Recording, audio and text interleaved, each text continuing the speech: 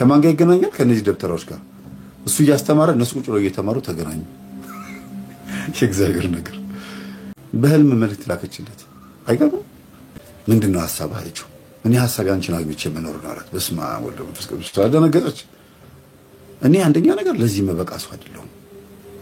ፔሪድ ካየሁኝ ቆይቻለሁ። አግብተህ መቼም ልጅ ትፈልጋለህ። ሁለተኛ ነገር ደግሞ እኔ ይሄን ህይወት እፈልገዋለሁ። ቅድስና ንጽህና ህይወት ውስጥ መግባት በዚሁ መሄድ ነው የምፈልገው። ሌላው ደግሞ እንደኔ አይነቷን ፉንጋ አግብተህ እንደኔ አይነቷን አስቀያሚ ሴት አግብተህ አለችው። ራሷን እንግዲህ በትህትና ዝቅ ስታደርግ በፍጹም እንደዚህ አይነት ሐሳብ እንዳታስብ። ሁለተኛ እኔን አግብተህ በሰላም መኖር አትችልም ያለችው። የሰዎችን ሐሜት ራሱ አትችለውም ማለችው። እና ልታሳምነው የሞከረችበት መንገድ አሳማኝ ቢሆንም ምን አገባኝ ስለሰው ነው ያላት። እኔ ስለሰው አይመለከተኝም፣ እግዚአብሔርን ጠይቅ አለችው። እሺ ብሎ እግዚአብሔርን ሲጠይቅ አርፈህ ተቀመጥ፣ ያንተ አይደለችም እሷ የክርስቶስ ሙሽራ ነች የተባለችው። እግዚአብሔር እንደዚህ አይነት ቦታም ሰው አለው እላለሁ። ስኩል ኦፍ ቱሞሮ የሚባል ትምህርት ቤት ታውቃላችሁ? ስኩል ኦፍ ቱሞሮ የሀብታም ትምህርት ቤት ነው። ታውቃላችሁ? እዚህ ሰፈራችን በዚህ ደረጃ እንኳን የሀብታምና የባለስልጣናት ትምህርት ቤት ነው። በዚህ ደረጃ እንኳን የሚማሩ ተማሪዎች ውስጥ መካከል ወንድ ነው። የሚገርም ቅድስና ህይወት ውስጥ ያለ ንጽህና ህይወት ውስጥ ያለ ሰው አጋጥሞኛል። ቤተክርስቲያንን የጎዱበት መንገድ ምንድነው? ጠምጥመው አዲስ አበባ ላይ ትክክለኛ አገልጋይ ለመምሰል መሞከራቸው። ግን ያጋለጣቸው ደግሞ እግዚአብሔር ነው። የሚያውቃቸው ገጠርና ይኖሩበት የነበረበት መንደር ላይ የሚያውቃቸው ሰው ነው። እነዚህ ሰዎች ሲከታተል በሄዱበት ሲያሳድዳቸው ከአንዱ ደብር አንዱ ደብር ሲሄዱ እነዚህ ሰዎች አገራቸው ላይ እንደዚህ ሆነው የመጡት ድንግልናቸውን አፍርሰዋል፣ ክህነታቸው የፈረሰ ነው እያለ እየተከተለ በየደብሩ ይሄ ሰው እየተናገረባቸው ማን እንደሆነ አላወቁትም። የሆነ ሰው መጥቶ እንደዚህ ተናግሯል እየተባለ ይነገራቸዋል። እና ከዛ የደብሩ አስተዳዳሪና ጸሐፊዎች ያባርሯቸዋል አይደለም። ወዲያውኑ ማን ነው ይሄ ሰው እንደዚህ የሚያቃጥርብን? ደና ገንዘብ ከፍለን ብዙ ገንዘብ አውጥተን ይሄ ሁሉ ነገር አድርገን እንደዚህ ስማችን የሚያጠፋው ማን ነው ብለው ለሁለት ለሶስት ቢጠነቁሉ ሄደው ማርት ይሄ ጥላውጊ ቢያስነግሩ ወይም ብቻ አሾክሾኪ መንፈስ ቢልኩ ማንነቱን ለማወቅ ጥረት ቢያደርጉ ንገረኒ ምናምን ዚአዬ ምናምን ተብሎ የሚጸለይ ጸሎት አለ። በእኔ ዙሪያ ላይ ያለውን የሚያንዣብብኝና የሚያቃጥርብኝን ሰው አሳየኝ ምናምን ብሎ የሚጸልዩ ጸሎት አለና ነግረውኝ ነበር። እኔ ብዙም አልይዘውም እንደዚህ አይነት ነገር አይመቸኝም እኔ። እና ይሄንን ጸልየውት ማን ነው ወይ ጉድ ጸልየውት አልኩኝ። ደግሞትም እንኳን ይከብዳል። ለምን መዝሙር ላይ ተደገመ ስለሚባል ማለት ነው። ይሄንን ድጋማቸውን ለፍልፈውት ልበለው። ከዛ ያ ሰው ማን እንደሆነ ባይገኝም ባይታወቅም ባለበት ቦታ ግን ወይ እንዲሞት ወይ እንዲታመም ወይ ደግሞ ይሄ ነገር እንዲያቆም ነው ያደረጉት። ይሄ ሰው በታመመበት ታሞ በተኛበት ይነግርባቸው የነበረው ሰው እዚህ አዲስ አበባ መጥቶ ይነግርበት የነበረውን እግሩን በመኪና ተገጭቶ እንዲሰበር አንደበቱም በቃ ሁሉ ነገሩ ዜሮ እንዲገባ አድርገውት አንዲት ምስኪን ጸበልተኛ እየመጣች ትጎበኘው ነበር። እነዚህ ሶስት ደብተራዎች ናቸው ሽባ ያደረጉት። አስተውሉ። ወለተ ማርያም በጣም አመሰግናለሁ። እግዚአብሔር አክብርልኝ፣ እግዚአብሔር ይስጥልኝ።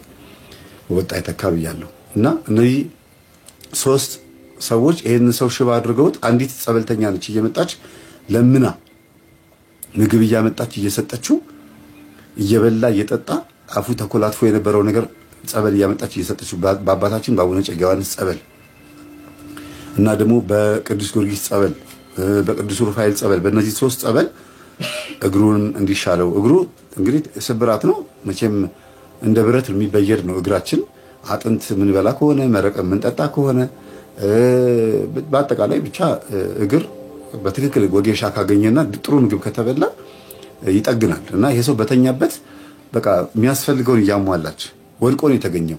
ወልቆ ተገኝቶ አድራሻው ማይታወቅ ወዛደር ተሸካሚ ነበር። በየቦታው እየተዘዋወረ ግን የት እንደሚቀጠሩ እንዴት እንደሚያውቀው እኔ አላውቅም። እኔ አሁንም አልጠየኩትም።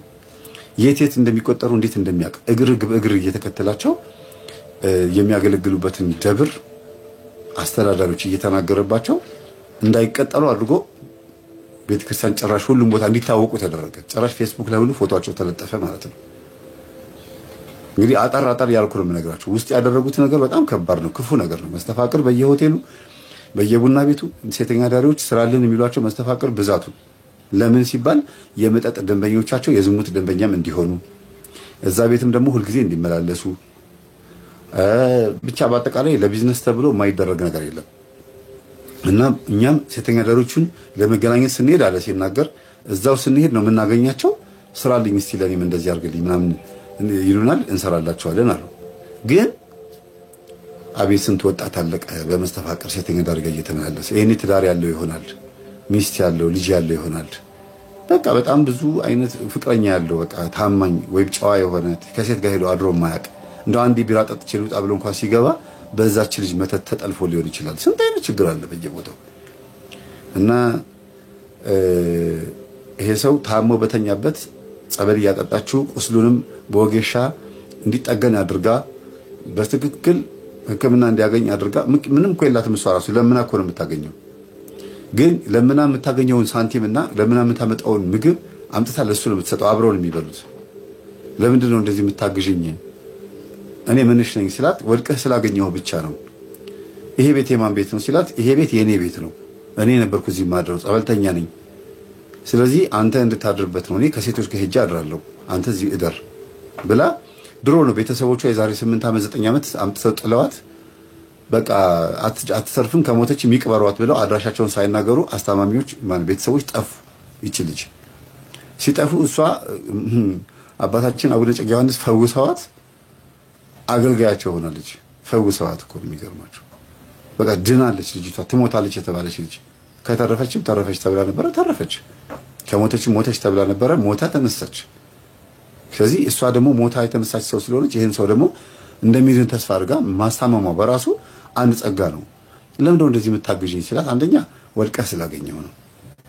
ሁለተኛ ነገር ደግሞ ይወል በደንብ አስተውላለችው እኔ ራሴ ታመሜ የተነሳው ሰው ስለሆንኩኝ ነው። ሌላው ሶስተኛ ግን የቅዱሳንን ገድል ሁሉ ጊዜ አነባለሁ። የሚያነቡልኝም አባት አሉ፣ አስተዋውቃለሁ።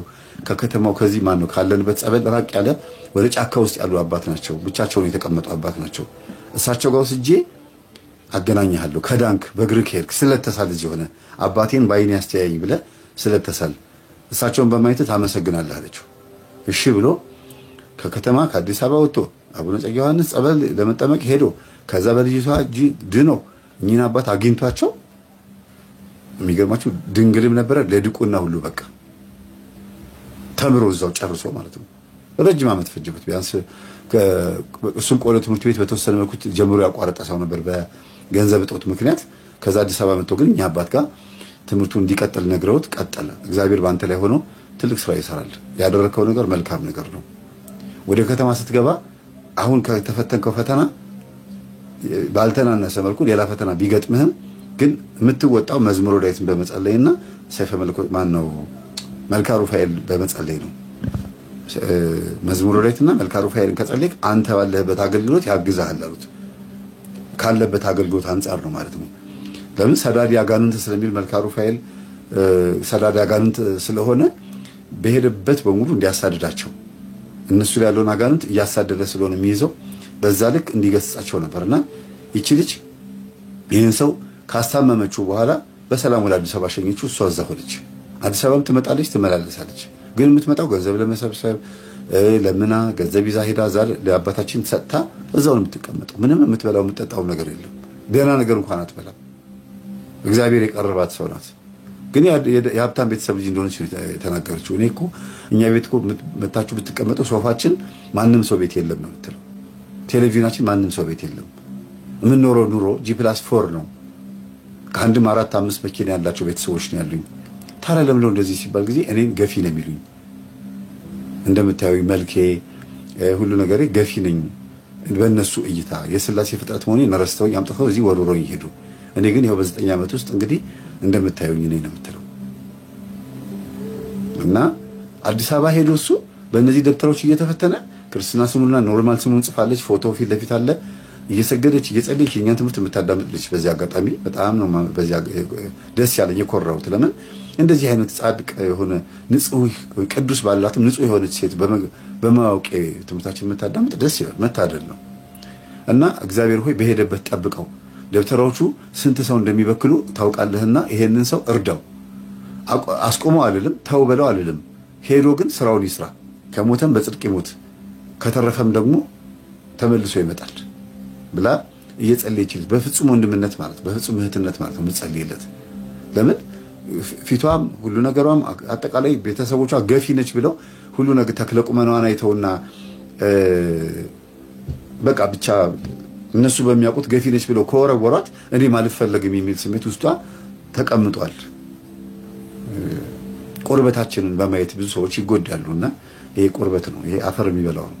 የፈለገ ብናምር የፈለገ አበባ ብንመስል መውደቃችን አይቀርም። ቤተሰቦቼ መጥፋታችን አይቀርም። ለብዙ ሰዎች ሼር አድርጉ፣ ለብዙ ሰዎች አዳርሱ። ይሄንን ቀጥታ ስርጭት ወጣ ያላችሁ ቢያንስ ለ5 ለ6 ሰዎች ሼር አድርጉ። አዎ መመረጥ ነው። በእውነት ወለተ ማርያም መመረጥ ነው እያለች ነው። እውነት መመረጥ ነው። እግዚአብሔር ሆይ ለእንደዚህ አይነት ነገር ምረጠኝ፣ ለእንደዚህ አይነት ነገር ባትመርጠኝ እንኳን በሉ እውነት ለእንደዚህ አይነት ነገር ባትመርጠኝ እንኳን የነዚህን ንጹሃን እህቶች በዘመናችን ያሉትን እህቶች በረከት ረድኤት አካፍለኝ፣ በረከቷ ይደርብኝ ነው የሚባለው። እኔ አጠገቧ ተቀምጬ አውርቻት ተነስቼ ወደ ቤቴ እስከምመጣ ድረስ በጣም ነው በአክብሮት ምን እንደምትሆን ስለማላውቅ እንኳን አይደለም በይፋ ምን እንደሆነች ማውቃት ልጅ እንደዚህ የተነገረ ልጅ ቀርቶ እብድ ሆነው በሽተኛ ሆነው አእምሮ ዘገምተኛ ናቸው ተብለው እንኳን ቅዱሳን ሆነው የተገኙ ሰዎችን በታሪክ በመጽሐፍ ቅዱስ እንዲሁም ደግሞ በገድልና ድርሳን ላይ አውቃለሁ። ሰው እየገፋቸው እብድ ናቸው እየተባለ እና በዚህ ልክ በጣም ብዙ መልካም ሰዎች አሉ።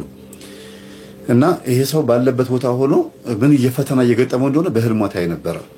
በህልሟ የማየት እድል አጋጥሟታልና ሲንከራተት ሲሰቃይ ፒያሳ አካባቢ መርካቶ አካባቢ እንዲሁም ደግሞ ወደ መገናኛ አካባቢ ሲሰቃይ ሲራብ ሲጠማ ታያዋለች ሲጎሳቆልና እግዚአብሔር ሆይ እባክህን መላክህን ልክ እርዳው። ያንተን ስራ አይደለም የሚሰራው በልቶ ጠጥቶ እኮ ሊጠረቅ አይደለም ይሄ ሰው ከሀገሩ የመጣው እነዚህ ሰዎች ለማሳደድ ነው። ስለዚህ እባክህን ብላ ለሱ ስትጸልይ እሱ ላይ ያሉት የተላኩት መናፍስቶች እሷ ጋር መጥተው መፈታተን ጀመሩ። ማን ስለሆንሽ ነው እንደዚህ የምታደርጊው? የምናንከራተተው እኛን እንደሆነ አያገኘንም። አንዴ ሰብረን አስቀምጠነዋል። እግሩን ብንሰብረው እግሩ ቢጠገንም ልቡን ግን ሰብረነዋል። አይኑንም ደግሞ ቀጥለን ደግሞ እናጠፋዋለን እያሉ ይዙቱባታል። ከዛ እንደዚህም ይቻላል እንዲያለችና በኢየሱስ ክርስቶስ ስም በመድኃኔዓለም ስም በአማኑኤል ስም ብላ የመድኃኔዓለም ስሞች በሙሉ 21 ጊዜ እየሰገደች እንግዲህ አስቡት ወደ 13 ስሞች አሉት የጌታ ስም ብቻ እንኳን እነዛን ስሞች 21 እየሰገደች ስሙን እየጠራች ጌታ ሆይ እሰርለት ወደ እኔ አምጣቸውና እኔ ጋር ይታሰሩ እኔ ልሙት የሱን ሞት እኔ ልሙት እያለች የምትጸልየው። የጀመርኩላችሁ ታሪክ ምንድነው? 3 ደብተራዎች ከገጠር መጥተው አዲስ አበባ ላይ ብዙ ነገር አበላሽተው ነው የመጡት። አንደኛ አብነት ትምህርት ቤት፣ ቀጥሎ ደግሞ ሰፈራቸውና መንደራቸው ላይ አረቄ እየጠጡ ሴቶችን እያተራመሱ አስቸገሩ። ከዛ ሲገፉ ደግሞ መተው እዚህ አዲስ አበባ ደግሞ ንጹህ መስለው ለመቀጠር ደጅ ለመጥናት ሳጥና ዟሪ እንደዚህ ፍትሃት በሚሆንበት ሰዓት አንዳንድ ተልኮ ሲኖር በቃ ጤነኛ መስለው ከነዚህ ከንጹህ ከሚባሉ አገልጋዮች በቅንነት ከሚያገለግሉ አገልጋዮች ጋር ተቀላቅለው ያገለግሉና ሲወጡ ግን ሶስቱም ኃይለኛ ጨፋሪ ናቸው። ኃይለኛ ለምን ያን ይፈልገዋል አጭሪው። እነሱም ቤተክርስቲያንን ተጣብቀውባት ያሉት ለምንድን ነው? ህዝብ የሚገኙ ቤት ስለሆነ ቤተክርስቲያን ስለሆነ። እውነት በረከቱ አይደርብን የምትሉ ሰዎች እውነት ይደርባችሁ። ለምሳላችሁ እግዚአብሔር ሰው አለው፣ ግን ክህነት አይደለም ምንኩስና አይደለም። እሱ የሚፈልገው የልብ ንጽህና ነው። ክህነት ያለውም ሆኖ የልብ ንጽህና ሊኖር ይችላል። ድቁና ውስጥ ሆኖ ምንኩስና ውስጥ ሆኖ የልብ ንጽህና ሊኖር ይችላል። እንደገና ምእመንም ሆነው ፊደል ሳይቆጥሩ ዲግሪ ሳይኖራቸው ደግሞ ምንም የማያውቁ ስንቶቹን ባለ ዲግሪዎች የረዱ ደግሞ በጣም የሚያሳዝኑ ግን የሚያስደንቅ ደግሞ እምነት ያላቸው ደግሞ አሉ። በተለያየ አይነት 5-6 ዲግሪ ቤታቸው ውስጥ የተመረቁበት ይሄ ማስተርስ ይሄኛው እንትን የተመረቁበት ያሉ ተደርድሯል ፎቶአቸው። ግን እንደነዚህ አይነት ሰዎች ቤት ውስጥ ተጠርተው ሲሄዱ ወይ የቤት ሰራተኛ ሆነው ወይ እንግዳ ሆነው ወይ ሚስትየዋ መንፈሳዊ ሆና እስቲ እንሂድ ቤት ብለው አውቀው የሚመጡ መስለው እናንተን ሊያግዙ የሚመጡ በጣም ብዙ ምስኪን እህቶች አሉ። የእናንተን ቤት መንፈስ ሰብስበው ሲኦል ለመሸኘት የሚታገሉ መከራቸውን የሚያዩ ደግሞ እህቶች አሉ። የዋህነታቸውን እግዚአብሔር ያግዛቸዋል። ያን ያክል ርቀት መሄድ ባይገባቸውም አንዳንዶቹ በደንብ ሳይጠነክሩ በደንብ በእምነታቸው ጎበዝ ሳይሆኑ የማንንም ሰው መንፈስ ሰብስቦ በእኔ በኩል ይሄድለት ማለት መጥፎ ቢሆንም ግን አቅማቸውን የሚያውቁ ደግሞ አሉ ነው። በስነ ስርዓቱ ይይዙታል፣ ይሸኙታል። ግን ለማንም ግን አይናገሩም። ይዘውት ምንም ሳያሰቃያቸው ይሸኙታል። እነዛ ሰዎች ሲገላገሉ ከመንፈሱ ተገላግለው ወደ ነበሩበት ስራቸው ሲመለሱ ይረሷቸው ይሆናል እንጂ እነዚህ ሰዎች ግን ያውቃሉ። እና እቺ ልጅ ብዙ ሰው ቤት ገብታ አግዛለች። ልዩ ገጠመኝ 3 አቅርቤላችሁ ነበር የዛሬ 4 ዓመት። ልዩ ገጠመኝ 3 በየቤቱ እየሄደች የተቀበረ መተት የምታወጣ የነበረች ልጅ። ይህችም ሴት ልክ እንደዛ ነው የምታገለግለው። የተቀበረ መተት ሳይሆን የምታወጣው በየቤቱ ያለ የተደበቀ ችግር ነው የምትናገረው። ችግሮቻቸውን ስትነግራቸው ከነመፍትሄው ነው የምትነግራቸው። ከዛስ በኋላ ያ ቤት ይባረካል። እግዚአብሔር መንፈሱን ያሳደረባቸው። በሳምንት ነው የምትቆርበው። አንድ ቀን ቁርባን አምልጧት አያውቅም። በ365 ቀናት ውስጥ 52 ጊዜ ትቆርባለች ማለት ነው። በሳምንት 52 ሳምንት ነው ያለው። አንድ ቀን ቅዱስ ቁርባን አምልጧት አያውቅም። የሚገርማችሁ ልጅ ናት። እግዚአብሔር ይሄንን ነገር አይቶላት ነው መሰለኝ ፔሪድ የሚባል ነገር አይታጠቅም። ፔሪድ የሚባል ነገር አይታጠቅም። አስቀርልኝ ብለው ይሁን አይሉን ነው እንግዲህ አላውቅም። እንደ አባቶቻችን 10 ጊዜ አንድ አባት አባ ሕርያቆስ ይመስሉኛል። አባ ሕርያቆስ ነው አባ ጊዮርጊስ ተላስቻለ አባ ሕርያቆስ ናቸው እንጂ ወደ ሽንት ቤት አይነ ምድር ወይ ማርቆረጣል የምትሉት ወደዛ ሲሄዱ 10 ጊዜ እንደው ከባቴ እየወጣሁኝ ይሄን ነገር ለማስወገድ እዚህ ከመጣ መቤት ወይ እንደው ይሄን ነገር ብታስወግጂልኝ ብለው አሏት። መቤታችን ከዚህ ሰዓት ጀምሮ ይሄን ነገር አስወግጃለሁ ነው ያለቻቸውና አንዳንዴ ለመንፈሳዊ አገልግሎት የሚጠቅም ከሆነ ቢቀርም ያስብላል የሚረብሽ ከሆነ ማለት ነውና ከቅዱስ ቁርባኑ ማቋረጥ አልፈልግም እግዚአብሔር ሆይ የዚህን ጉዳይ ምን ታረጋለህ ብላ ለምናም ሊሆን ይችላል አይታወቅም። እና ይሄ ሰው የት እንደሚንገላታ አዲስ አበባ ላይ የት ቦታ እንደሚንከራተት ኢቭን እህል ተሸክሞ ሲሄድ ድፍት ብሎ ሲወድቅ ሁሉ አይተዋለች። ይሄንን ሁሉ ያወቀችው መቼ ነው? ጽፈዋለች ቀኑን መቼ እንደሆነ እና ሲገናኙ ወደ አባ ጨጌ ዮሐንስ ገዳም መጥቶ ሲገናኙ ከልጅቷ ጋር የጻፈችውን በሙሉ አሳየችው። እንዳለ ይሄ ሁሉ ያልሽው በሙሉ ደርሶብኛል አላት። ቀኑን አላቆም እንጂ ቀኑን ትክክል እንደሆነ ያወቀው ደግሞ በመጨረሻ ወደ እሷ ሊመጣ 2 ሳምንት ነው 1 ሳምንት አካባቢ ሲቀረው የገጠመውን ችግር ሁሉ አይተዋለች። በዚህ ልክ ይሄንን ሰው ግን እግዚአብሔር ያሳያት ለምንድን ነው? አንዳንድ ሰዎች አገልግሎታቸው በሰው ይደገፋል። እኔ አሁን ጸልዩልኝ እንደምላችሁ እኔ አቅሜ ሰነፍ ነው እንደገና ደግሞ ጊዜም ላይበቃ ይችላል ምናምን በሚለው ራሴን ላሳነፍ እችላለሁ በአገልግሎት ሰበብ ምክንያት ማለት ነውና በጸሎት አግዙኝ በሚልበት ሰዓት እገዛ የሚያስፈልገን ሰዎች አለን። በራሱ ደግሞ ከማንም ሰው ጋር ሳይገናኝ ብቻውን ራሱን ችሎም ያገለግላል።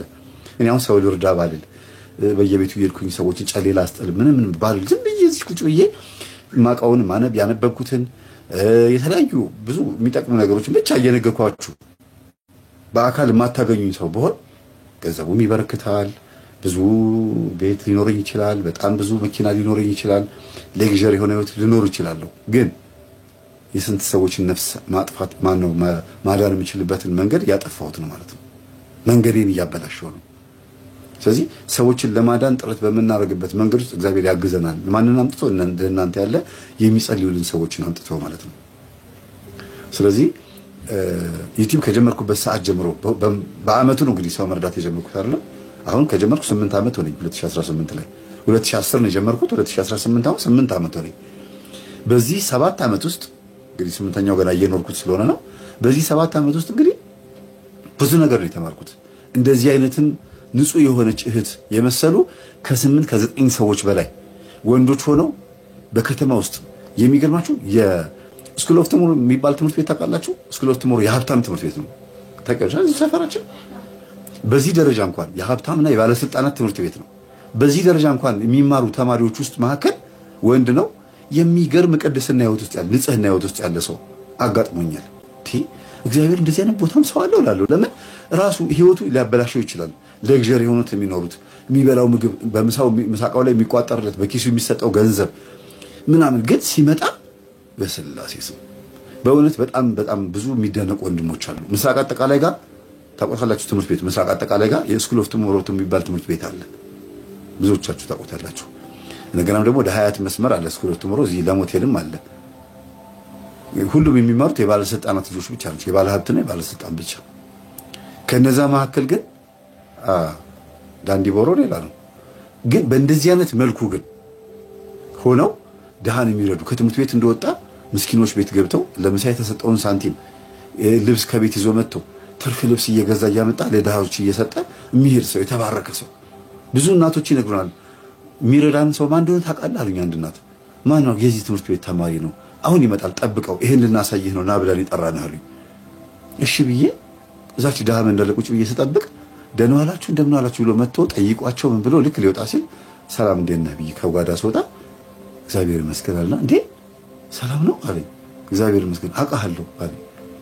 ታቀኝ ይሆናል የት ነው የምታውቀኝ? እንጃ የት ነው የማውቃለኝ? እኔ አውቄ ነው በእኛ ትምህርት የተቀየረውን አይደለም የሚለው ለማወቅ ነው። ግን አይደለም ራሱን ችሎ መጽሐፍ እያነበበ የአባቶችን ቅዱሳን ገድላትን አንብቦ ነው ለዚህ የበቃው። በጣም የሚገርማቸው ነገር ዓላማውን ስሰማ 3 ነገር ነው የተናገረው። አንደኛ ገዳማት መነኩሴ ሆኜ ገዳማትን መርዳት እፈልጋለሁ። ሁለተኛ ነገር ደግሞ የተማረ መነኩሴ መሆን እፈልጋለሁ። የግብፅ ኦርቶዶክሶችን ታሪክ በእንግሊዝኛ ስለማነብ ነው አለኝ። ሶስተኛ ነገር ደግሞ በዚህ ደረጃ ማንም ሰው ስለማይጠረጥር ለኔ ከቨር ነውና ብዙ መጽሐፍቶችን ማሳተም ድሃዎችን ማገዝ እፈልጋለሁ። ለምሳሌ አባቴን አናገሬው አባቴ ነው ችግር እንትን የኔ ነገር የሚረዳው የሆነ የተቸገረ ሰው አለ። ጥሩ መጽሐፍ ነው የጻፈው እና መጽሐፉን አንብቤዋለሁ። ይሄ መጽሐፍ እንዲታተምለት ይሄን ያክል ገንዘብ ስጠኝ ስለው እሺ ብሎ 200 ብር ሰጠኝ ያለው ልጁ አባቱ። አሁን ትንሽ አባቱ ተበላሽቶበታል። ያው መንፈሱ ይረብሸዋል አባቱ እና በዚህ ልክ ነው አስፈቅዶ ድሃዎችን ምስኪኖችን የሚረዳው። እንዲህ አይነት ሰውም አለ ልላችሁ ፈልጌ ነው። አይደለም በድሃ መንደር ውስጥ ሀብታም መንደር ውስጥ እንዲህ አይነት ሰው አለ። ስለዚህ ይሄ ሰው ወደ አቡነ እጨጌ ዮሐንስ መጥቶ የገጠመውን ነገር ነገራት። ምንድነው የገጠመው? 2 ነገር ነው። አንደኛ ሰዎቹ በየሄዱበት እያሰደድኳቸው ሳስቸግራቸው አሁን ቤተክርስቲያን ሄዶ መቀጠር ማንም ሰው አይቀጥረንም ብለው ስላሰቡ ወደዛ ቦታ አይሄዱ። ግን እየላኩብኝ መንፈስ እየላኩብኝ ተቸገርኩኝ፣ ብዙ መከራ ደረሰብኝ ሲላት ሁሉንም ነገር ጽፌዋለሁ አለችው። ስለዚህ አንተ አሁን ከዚህ በኋላ የራስን ህይወት መኖር አለብህ። ምንድነው ሐሳብ አለችው። እኔ ሐሳብ አንቺን አግብቼ መኖር ነው አላት። በስመ አብ ወወልድ ወመንፈስ ቅዱስ ተደነገጠች። እኔ አንደኛ ነገር ለዚህ መበቃ ሰው አይደለሁም። ፔሪድ ካየሁኝ ቆይቻለሁ። አግብተህ መቼም ልጅ ትፈልጋለህ። ሁለተኛ ነገር ደግሞ እኔ ይሄን ህይወት እፈልገዋለሁ። ቅድስና ንጽህና ህይወት ውስጥ መግባት በዚሁ መሄድ ነው የምፈልገው። ሌላው ደግሞ እንደኔ አይነቷን ፉንጋ አግብተህ እንደኔ አይነቷን አስቀያሚ ሴት አግብተህ አለችው። ራሷን እንግዲህ በትህትና ዝቅ ስታደርግ በፍጹም እንደዚህ አይነት ሐሳብ እንዳታስብ። ሁለተኛ እኔን አግብተህ በሰላም መኖር አትችልም ያለችው። የሰዎችን ሐሜት ራሱ አትችለውም አለችውና ልታሳምነው የሞከረችበት መንገድ አሳማኝ ቢሆንም ምን አገባኝ ስለሰው ነው ያላት። እኔ ስለሰው አይመለከተኝም፣ እግዚአብሔርን ጠይቅ አለችው። እሺ ብሎ እግዚአብሔርን ሲጠይቅ አርፈህ ተቀመጥ፣ ያንተ አይደለችም እሷ የክርስቶስ ሙሽራ ነች የተባለችው። አንተ ቀንህን ጠብቅ፣ የሚሰጥህ የራስ የሆነ ነገር አለ። እሷ ግን የክርስቶስ ሙሽራ ነች እንዳትነካት የተባለው። እንዳትነካት ብቻ ሳይሆን በቃ የምትነግርህን ነገር ተቀበል ነው፣ እሺ በል ነው የተባለው። እና የቅዱሳን ዘር ነሽ እንዲህ አላት። ምን ነው ስትለው ጊዜ እንዴት በአንድ ጊዜ እንደዚህ ጠይቄው ስላንቺ የሚነገረኝ? ግን እሱን እግዚአብሔርን ጠይቅ፣ እኔ ነግሬሃለሁ፣ እግዚአብሔርን ጠይቅ ብዬ ነግሮሃል። ከዚህ በኋላ ደግሞ እኔ አንተ ለጥሩ ነገር እንድትበቃ ነው የምፈልገው ብላ እንደገና ምን ብላ ትመክሯለች? ሂድና አዲስ አበባ ቴዎሎጂ ኮሌጅ ተማር፣ መምህርነት ተማር፣ የትራንስፖርት የምትበላው የምትጠጣውን ነገር ከቻልክ እየሰራ ካልቻልክ ግን እኔ ከዚህ ሆኜ ብር ልክልሃለሁ። አዲስ አበባ እመጣለሁ 15 ቀን አዲስ አበባ ቆይቼ 15 ቀን ደግሞ እዚህ ገዳም እየቆየሁኝ ይመላለሳለሁና እየተደዋወልን የሚያስፈልግህን ነገር ከሰዎች እየለመንኩ እያመጣሁ አሟላልሃለሁ ብላ በጣም የሚገርም ነገር ነው። ቴዎሎጂ ማነው ሰዋስወ ብርሃን መንፈሳዊ ኮሌጅ ቅዱስ ጳውሎስ ማለት ነው። መንፈሳዊ ኮሌጅ 3 ዓመት ተምሮ እስከሚጨርስ ትራንስፖርቱን ቻለችው። 3 ዓመት እንዲያውም እሷ እንዳይቸግራት ብሎ ምን ማድረግ ጀመረ? ወዴት ነው መመላለሰው? እዛ ሆኜ ለምን አልኖርም ብሎ ሉካንዳ 18 ነው አይደለም ጳውሎስ ሰዋስወ ብርሃን ትምህርት ቤት እዛ ሉካንዳ የመጨረሻውን ዓመት የጨረሰው እዛ ነው ማለት ነው። ግን እዛም ሆኖ ብሩን እሷ መስጠቷን መላኳን በአካውንት መላኳን አላቆመችም። ልክ ጨረስኩኝ ሲላት ና ተመረቃለች። እዛ ተመረቀ ጨረስካው ና ተመረቃለችና እዛው አባት ጋር ወስዳ ልታስመርቀው ቀጥራው ጠፋባት። እየሰበከ ጉዞ እነዚህ በየአውቶቡሱ ምናምን የተለያዩ ገዳማት እየሄዱ በሚያገለግሉ አገልጋዮች ጋር እየሄደ አብሮ ማገልገል ሲጀምር ምርቃት ሳይመረቅ እሷ የምትፈልገው ቦታ ላይ ሳይመረቅ ዝም ብሎ አገልግሎቱን ጀመረና ዱርዬ ሆነባት። ከዛ በህልም መልእክት ላከችለት። አይገርም? በህልም ምን ነው ሳትመረቅ እኮ የምታስተምረው ትምህርት ፍሬያማ አይደለም። ሰዎችን ማዳን የምትፈልግ ከሆነና ፍሬያቸውን ማየት የምትፈልግ ከሆነ እግዚአብሔር እንዲረዳህና በሄድክበት በረከትህ እንዲሆን በዛ ላይ ነፍሳት በትክክል ድነው ለዘላለም የክርስቶስ ሥጋና ደም ተቀብለው ለዘላለም በህይወት የታተሙ እንዲሆኑ መጥተህ መመረቅ አለብህ ብላ ስትለው በትክክል ተነስቶ ሄደ። የዚህች ልጅ ጸሎት በህልሜ ከመጣ በትክክል አዝናብኛለች ማለት ነው ብሎ ተነስቶ ሄደ። ያው አገልግሎት እያለው ማለት ነው። ይቅርታ አድርጊልኝ አላት። እሷ ጋር አለቃቀሰ። ከዛ ደግሞ እኛ አባት ከሄዱ አለቀሰ። ምን አለ? ከብዙ ጊዜ በኋላ እሱ ሰባኪ ሆኖ እንግዲህ አስቡት። እነዛ 3 ደብተራዎች ደግሞ እሱ የኛን ትምህርት እንግዲህ እሷ ገጠመኝ የሰጠችው እየሰገደ እየጸለየ መልካም ሰው ሆኖ አሁን የክፍለ ሀገር ሰባኪ ነው። የአዲስ አበባ ልጅ አይደለም። እነዚህ ጎንደር፣ ባህር ዳር፣ ደብረ ብርሃን ምናምን የሚባሉ የኢትዮጵያ ክፍለ ሀገራት ላይ እየተዘዋወረ እየተጋበዘ የሚያስተምር ሰባኪ ይሆናል። ግን ትምህርታችን የሚያዳምጥ ነው። ከማን ጋር ይገናኛል? ከነዚህ ደብተራዎች ጋር እሱ እያስተማረ እነሱ ቁጭ ብለው እየተማሩ ተገናኙ። የእግዚአብሔር ነገር የሚገርማችሁ የዛሬ እንደዚህ ዓመት 6 ዓመት 7 ዓመት እንዲህ አይነት ችግር ገጥሞኝ ነበርና አንዲት ልጅ አለች እያለ መድረክ ላይ ይናገራል። እንዲህ አይነት ቅድስና ሊኖራችሁ ይገባል ምናምን ሲል እነዚህ ደብተራዎች በህይወታቸው ተምረው ጸበል ቦታ ላይ በቃ ማለት ህይወታቸው ብልሽሽት ብሎ በሽታም ደግሞ ቀላል በሽታ መሳቸው ኤችአይቪ በሽታ ሶስቱም። ምክንያቱም አንድ ሴትን ለሁለት ለሶስት የሚጠቀሙ ከሆነ ምንም ከዚህ በሽታ አያመልጡ። ከዛ ጸበል ቦታ እንሂድ እስቲ እግዚአብሔር ከፈወሰን ብሎ ሲመጡ ጸበል ቦታ ላይም እሱ ተጋብዞ ሊያስተምር ሲል የዚች ልጅ ታሪክ ያነሳል። ለካ ያን ሁሉ መተት ስንወረውርበት ይሄ ሰባኪ ያልሞተው አውቀውታል እኮ። የሚገርማችሁ ያልሞተው በዚህ ምክንያት ነው። ታሪኩን ሲናገር ስለማን እያወራ እንደሆነ ያውቁታል። እነሱ በመልክም ደግሞ ያውቁታል። ኦልሬዲ ደርሰውበታል በምትሃታቸው በአስማታቸው። ግን አልገደሉትም፣ አልቻሉም። ቅዱስ ሩፋኤል እያለ የሩፋኤልን ጸበል የአቡነ እጨጌ ዮሐንስንና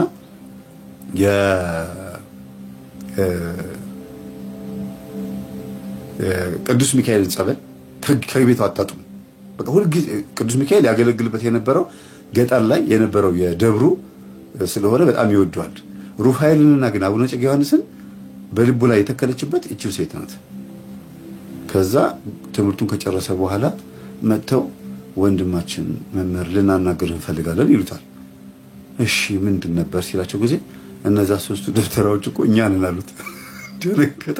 እንዴ እና ምን ልታረጉኝ ነው አለ። ኧረ እባክህ ስንማር ነው የቆየ ነው፣ የምታወራው ነገር ሁሉ የኛ ነው። እኛ አሁን የኤችአይቪ በሽተኞች ነን፣ ጸበል ቦታ ላይ ነው ያለነው፣ እግዚአብሔር እንዲመልሰን እንዲምረን ይኸው እዚህ ቦታ ነው ያለነው አሉት። ወይ ጉድ! የአምላክ ስራ። ለዚች ልጅ ደውዬ እነግራታለሁ አለ። እኛም ልናገኛት እንፈልጋለን አሉት። ከዛ መምህር ተስፋዬም አብረው ከሷ ጋር እንዲመጣ እንፈልጋለን የምታገኘው ከሆነ የእሱን ትምህርት እንደምታዳምጥ ከንግግር ሰምተናል አሉት። ተገናኘን። ደብተራዎቹን ለማየት ሄድን። ታሪካቸውን ሲናገሩ እኔ እኮ ትንሽ ነው የነገርኳችሁ። እንዲያውም የእነሱን አልተናገርኩም እኮ ምክንያቱም ራሳቸው ከተናገሩ ብዬ ነው። በየቡና ቤቱ አንዲት ሴት ለ3 መገናኘት ከባድ ነው። እንደገና ልቅ በሆነ መንገድ እንደገና ከዛ መጠጥ እየጠጡ ሰክረው እየተለፋደዱ የቢራ ጠርሙስ ይዞ በየጎዳናው እየሄዱ ከፖሊስ ጋር መጣላት። ከዛ ማታ ደግሞ እስር ቤትም ሊሆን ይችላል የሚያድሩት፣ መንገድ ላይ ሊሆን ይችላል፣ ቢርጎ ሊሆን ይችላል። የት እንደሚያድሩ አያውቁትም። ለምን? ግብሩ በእለቱ ነው ተብሏል። ያ ሰውዬ የነገራቸው ምንድነው? እናንተ ላይ ያለው ግብሩ በእለቱ ነው። በእለት ወዲያው ነው ግብሩን የሚፈልገው። ገንዘብ አገኛችሁ አይደል? አዎ ብሉ ጠጡ እንደፈለጋችሁ ሁሉ፣ ግብሩን ግን ወዲያው ነው ማግኘት የሚፈልገው። በዚህ አይነት የደም መንፈስ ነው ላያቸው ላይ ያለው። ግብሩን ፍለጋ ያስፈነክታቸዋል፣ እንዲፈነክቱም ያደርጋቸዋል ማለት ነው። ሞር በብዛት ግን ፊታቸው ጠብስብስ ያለ ነው። እርስ በርስ የሚጣላሉ፣ ይደባደባሉ። አንዱ በጩቤ ወቅቶ ታርቀዋል። እና ይገርማል። እኔ በህይወቴ እንደዚህ አይነት ነገር አጋጥሞኝ አያውቅም። እና ከተናገሩት ነገር ውስጥ አንዱ ግን ቤተክርስቲያን የጎዳንበት መንገድ ነው አሉ። ሁለቱ ደግሞ የሚገርማቸው ቅባት ናቸው። ቅባት እያልክ ስታስተምር ሰምተናል አሉ። ያው እኛ ቅባት ነን አሉ። ቅባት ነበርን፣ አሁን ተጠምቀን ነው። ቄደር አይደለም የምትጠመቁት አልኳቸው። ቄደር ነበር ነው ሲተጠመቁት። በዚህ እንኳን አያውቁም የቤተክርስቲያን ነገር። አስቡት፣ የቤተክርስቲያን ተምሬያለሁ ብለው ቅባት የነበረ ሰው ወደ ኦርቶዶክስ ሲመጣ እንደ አዲስ ነው መጠመቅ ያለበት አይደል እንዴ? ለምን? የቅባት እምነት የካቶሊክ እምነት ነው። የቅባትና የጸጋ የሚባለው እምነት ከካቶሊክ አስተሳሰብ ጋር የሚገናኝ ነው።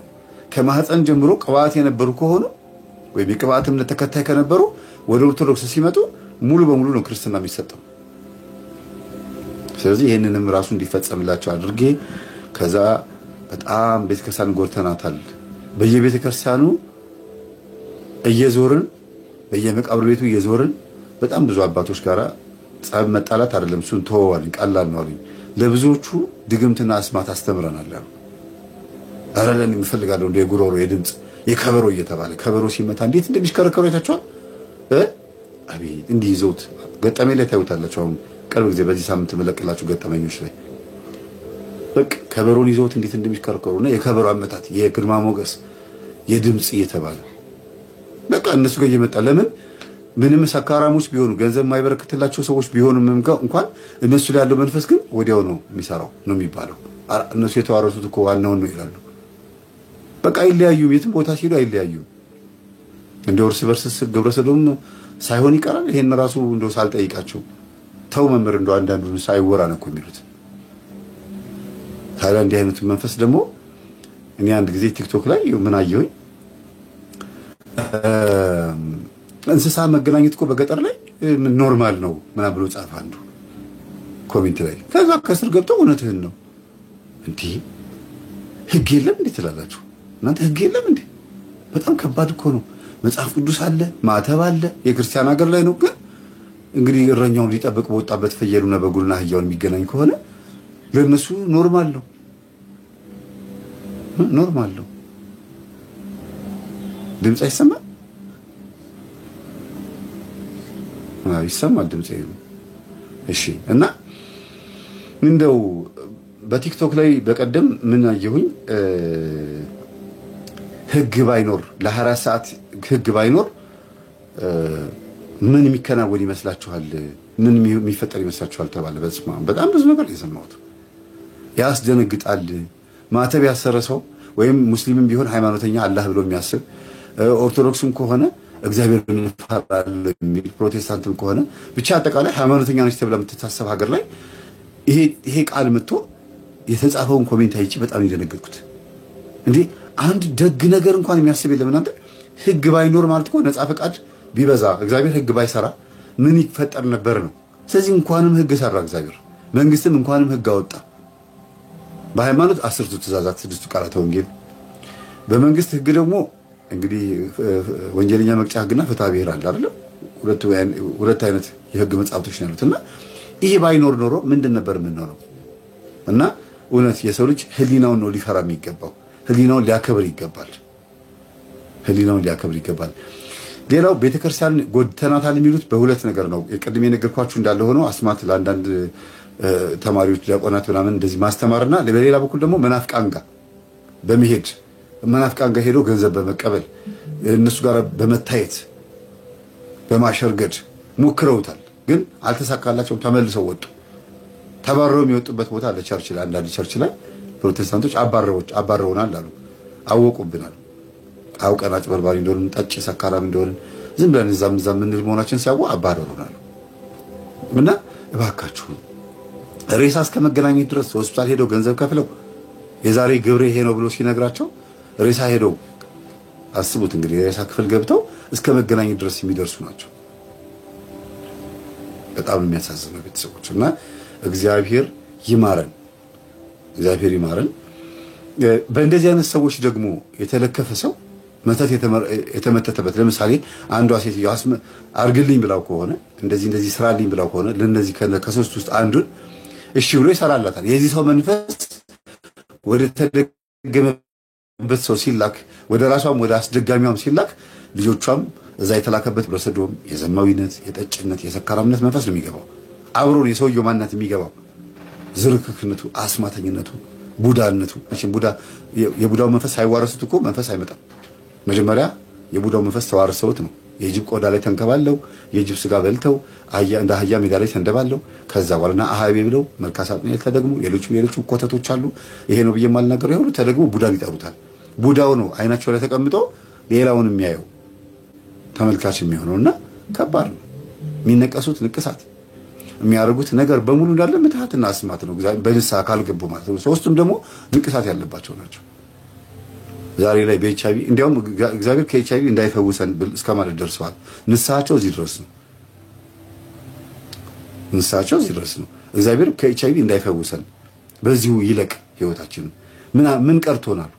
እድሜያቸውን አስቡት እንግዲህ ወደ ሶስቱ ወደ 39 እና 40 ይሆናሉ። ሶስቱም ከ38 እስከ 40 ምናምን ይሆናሉ። ግን ስታዩዋቸው ድቅቅ ያሉ ናቸው። ህይወት በጣም ነው የሚገርመው እንዴ በዛ ልክ በየመጠጥ ቤቱ እየተሽከረከሩ እንደፈለገ ሲሆኑ ሲበሉ ሲጠጡ የነበሩ ሰዎች ምን ቀረን ብለው ደግሞ እንደገና ደግሞ ሌክዠሪ ህይወት ለመኖር የትኛውን ህይወት ለመኖር ነው እንደገና የሚያስቡት እውነት ነው በእነሱ ስታዩት ገንዘብ እንደዚህ ነው የሚያፍሱት እየሰለቡ ከባንክ ይሰልባሉ እንዴ ስንት ጊዜ የባንክ ሰራተኞችን አደንዘን ውጪ ድረስ አምጥተው ገንዘብ ሰጥተውኛል የራሱ ሰራተኛው ተሰጥቶኛል ሰውየው በዛ ሰዓት ምን ይፈጠርበት የሚታወቅ ነገር የለም በዚህ ልክ ማደንዘዝ የሚችሉ ሰዎች ናቸው እና ኤችአይቪው ግን በቃ ግድል ያደረጋቸው ሰዎች በስግደትም በጾም በጸሎትም በርግጥ እንደዛ ሆነዋል ግን በቃ በዚህ ይሰደን ብለዋል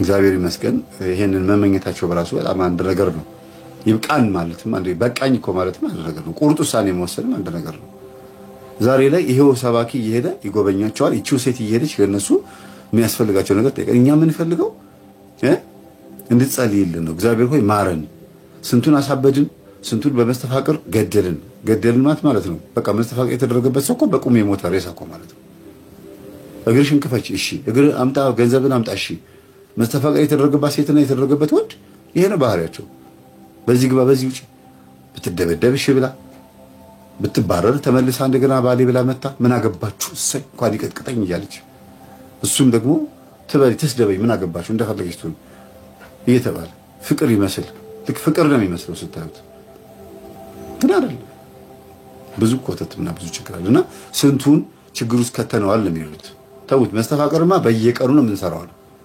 በየቀኑ እንዲያውም ትልቁ ገንዘብ የምናገኝበት መንገድ እሱ 2000 ብር 1000 ብር አንዳንዴ 10000 ብር ደማ የሚከፍሉ ከሆኑ እና በቀን ስንት እንደሚሰራ አስቡት መስተፋቅር እና እግዚአብሔር እንዲህ አይነቱን ጭንቅላት ቀይሮ የቤቱ ሲያደርግ የነዚህ ሰዎች ንስሐ ብቻ አይደለም የነዛ ሰዎችም ደግሞ ጸሎትም ጭምር ነው የዛች ልጅ የደጓ ልጅ የሷም ጸሎት ብቻ ያለቀሰች ሱባኤ ስትገባ ያን ሁሉ አመት እግዚአብሔር ታዲያ አልካሳትም እነዚህ ሰዎች በእጅ አጥልም እነሱስ ነፍሳት አይደሉም እግዚአብሔር ሆይ ሰብስባቸውና ህዝብ ይረፍ ኮን ያለችው ክርስቶስ ትንሿ ክርስቶስ ሰምራ በሏት እነዚህ ደብተራዎች ሰብስብና እግዚአብሔር ሆይ ህዝብ ይረፍ በእነሱ ምክንያት የሚደነዙ ህዝቦች እንኳን ይተረፉ ሰው በራሱ ኃጢያቱ ማስጨንቆታል ሰው በራሱ ራሱን መቋቋም ማቅቶታል እንደገና እነዚህ ደግሞ ተጨምረው እየመጡ ብላ ተናግራ ነው እግዚአብሔር ይህን ጸሎቷን የሰማት